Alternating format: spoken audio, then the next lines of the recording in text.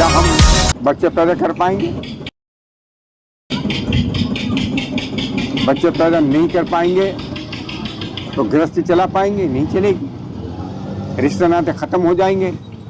कोई सारा यूरोप में कल्चर आ जाएगा और उस कल्चर से वो भी दुखी है यूरोप वाले भी, तो हमारे यहाँ खुशी कैसे आएगी?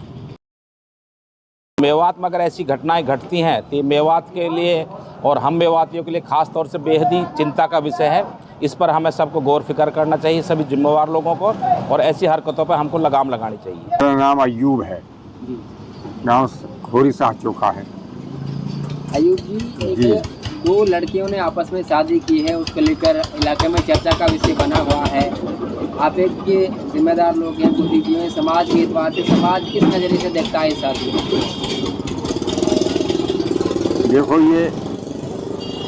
ये मामला किसी भी तरीके से इसको न जायज़ ठहरा सकते हैं, ना उचित ठहरा सकते हैं, ना तो धार्मिक एतबार से, ना इंडियन समाज के एतबार से। ये कल्चर तो यूरोप का है, हमारे यहाँ फिट नहीं है, हमारे यहाँ फिट नहीं है। और जो ऐसा करता है वो एक तरह से हम तो उसको समाजी दुश्मन समझते हैं। तो समाज का भी दुश्मन है, और जो समाज का दुश्मन है सब चीज़ का दुश्मन है। ये बातें नहीं होनी चाहिए, और ऐसा किया किसी ने तो गलत किया। अच्छा, पहले आपने ऐसी चीज़ें सुनी थी कभी? हैं? तो जहाँ भी ये हुआ है, हम तो अचंभा कर रहे हैं कि हमारे इस इलाके में जहाँ अभी बिल्कुल ही शिक्षा का भी अभाव है, जहाँ इन बातों को जानते भी नहीं है, और वहाँ ये यूरोप का कल्चर लागू किया जा रहा है, तो हम तो अचंभित हैं। इसलिए मैं अपने इलाके के लोगों से ये हाथ जोड़कर विनती करता हूँ कि कृपया अपने बच्चों को संभालें और इस बीमारी से बचाएं। कितनी उम्र रही होगी आपकी?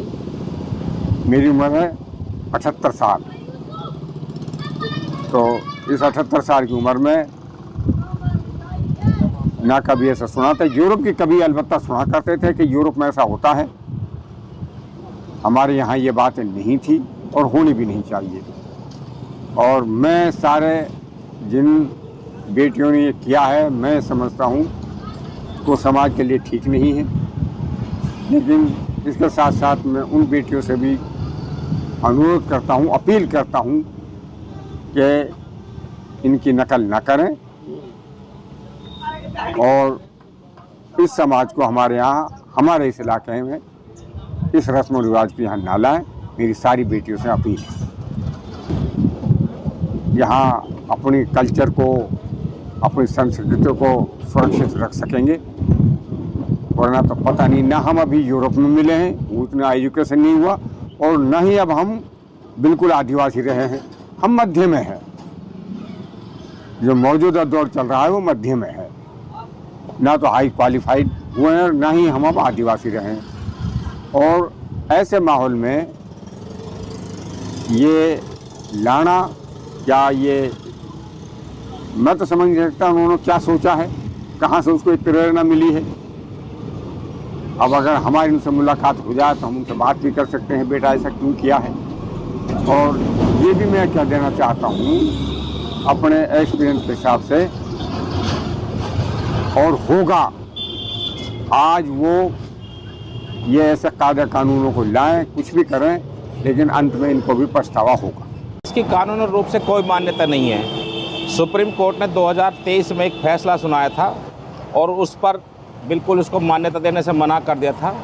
और सुप्रीम कोर्ट ने टिप्पणी करी थी कि इसके लिए अगर कोई कानून बनाना है तो उसे संसद बनाए या विधानसभाएं बनाए। तो सुप्रीम कोर्ट ने इसको अपनी तरफ से कोई मान्यता नहीं दी थी। क्या प्रोविज़न है मैरिज एक्ट में? मैरिज एक्ट में जो 1954 का स्पेशल मैरिज एक्ट है, तो उसमें भी लिंग का सिस्टम रखा गया है, पुरुष का और स्त्री का, उन्हीं को मान्यता दी गई है। जहाँ पर समलिंगी का मामला आता है तो वहाँ पर उन जो स्पेशल मैरिज एक्ट 1954 है उसमें भी इस चीज़ का कोई प्रोविज़न नहीं है। अगर इसकी आड़ में कोई अपने करतूतों को कोई छिपाना चाहता है या कोई बताना चाहता है तो बिल्कुल गैर कानूनी है और गैर सामाजिक भी है। वो समाज तौर से भी मान्यता नहीं है, कानून तौर से भी मान्यता नहीं है। अगर इनकी कोई आड़ लेता है तो बिल्कुल गलत लेता है। कानून से ऐसा कोई प्रोविज़न नहीं है जहाँ समलैंगिकता को कानूनन मान्यता दी गई हो। सर आप अब से पहले से देखते आने ताने बाने को मेवात, तो अब से पहले से कैसे जाए, पहली बार आया और जब आपने सुना तो आपको कैसा लगा? ये बड़ा मुझे शौक़ लगा कि मेवात के अंदर ऐसा कभी कोई चलन नहीं रहा है। मेवात बड़ा सादगी का, इज्जत का और बड़े शहूर के साथ सिस्टम से रहने वाले लोग हैं यहाँ पर।